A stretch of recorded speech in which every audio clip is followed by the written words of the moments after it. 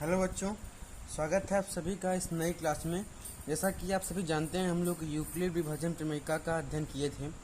तो आज हम लोग यूक्लिड विभाजन प्रमेयिका के सवाल का अध्ययन करेंगे। तो ये सवाल एनसीईआरटी एग्जाम्पलर का उदाहरण है। इसमें दिया गया है कि दिखाइए कि प्रत्येक धन पूर्णांक 2q के रूप का होता है। मतलब जो धन पूर्णांक है वो 2q के रूप का होता है तथा प्रत्येक धनात्मक विषम पूर्णांक मतलब 2q + 1 के रूप का होता है, जहाँ q कोई पूर्णांक है। ठीक है, सबसे पहले यहाँ पर 2q का मतलब क्या होता है हम लोग यही समझ लेते हैं। q क्या है, यहाँ पर q धन पूर्णांक है और 2 क्या है, 2 भी एक धन पूर्णांक, मतलब दोनों धन पूर्णांक हैं। तो सबसे पहले हमको यहाँ पर अपना यूक्लिड विभाजन प्रमेयिका लिख लेना है। क्यों लिखना है? क्योंकि हम यहाँ पर तुलना करेंगे 2q का यूक्लिड विभाजन प्रमेयिका से। फिर हमें जो जो चीज़ें नहीं दी होंगी तो हम उसका फिर कहीं ना कहीं से उसको लेके आएंगे। ठीक है, सबसे पहले हम यहाँ पर यूक्लिड विभाजन प्रमेयिका लिखते हैं। तो यूक्लिड विभाजन प्रमेयिका होती है a बराबर BQ + R।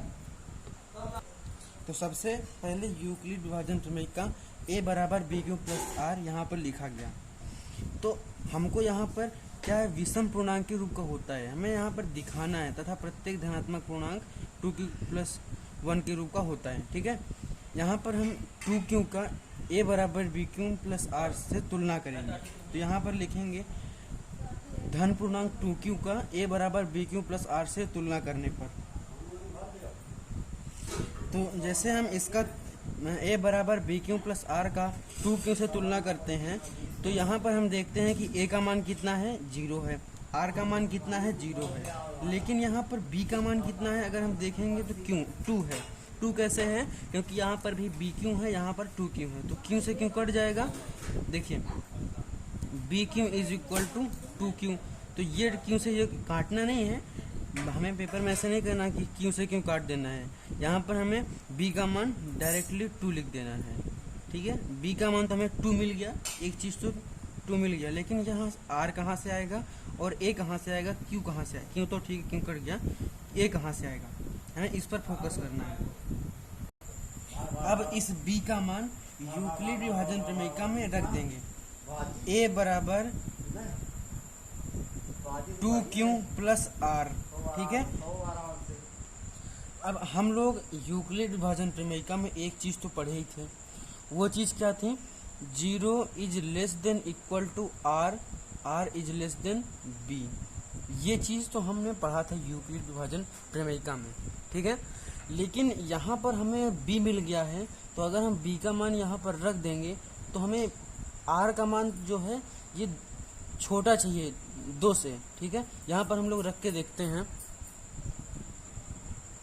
अब जैसे 0 है, 0 r से छोटा है और बराबर है, हमें इस पर फोकस ही नहीं करना। क्यों? क्योंकि 0 है, 0 का इतना कोई महत्व नहीं है, लेकिन फिर भी हमें यहाँ 2 पर करना है। जो r का मान है ये 2 से छोटा हो सकता है, 2 से बड़ा नहीं हो सकता, 2 भी नहीं हो सकता। r का मान हमें केवल 1 लेना है, 2 नहीं लेना। तो हम यहाँ पर r का मान कितना ले लेंगे? r का मान यहाँ पर हम 1 ले लेंगे। क्यों 1 ले लेंगे? क्योंकि यहाँ पर हमें r का मान 2 से छोटा लेना है, तो r का मान 2 से छोटा क्या होता है? 1 होता है, और 0 से 0 के बराबर। ठीक है, और 1 से छोटा क्या होता है?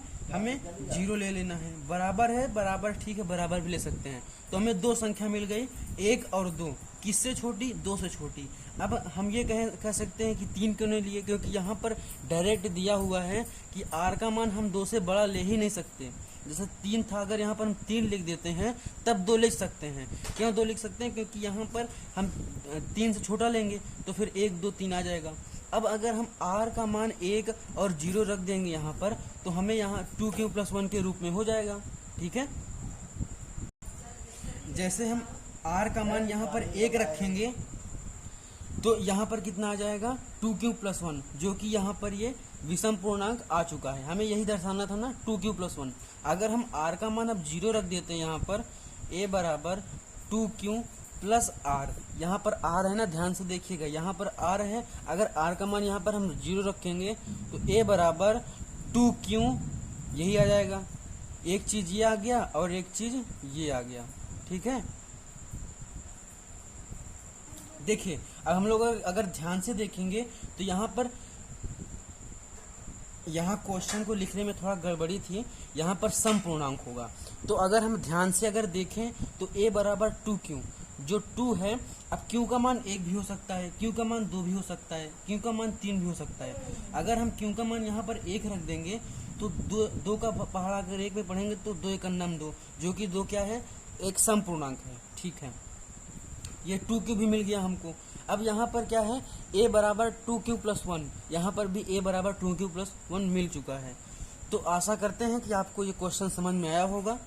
अगर समझ में आया है तो ठीक है, अच्छी बात है। Thank you.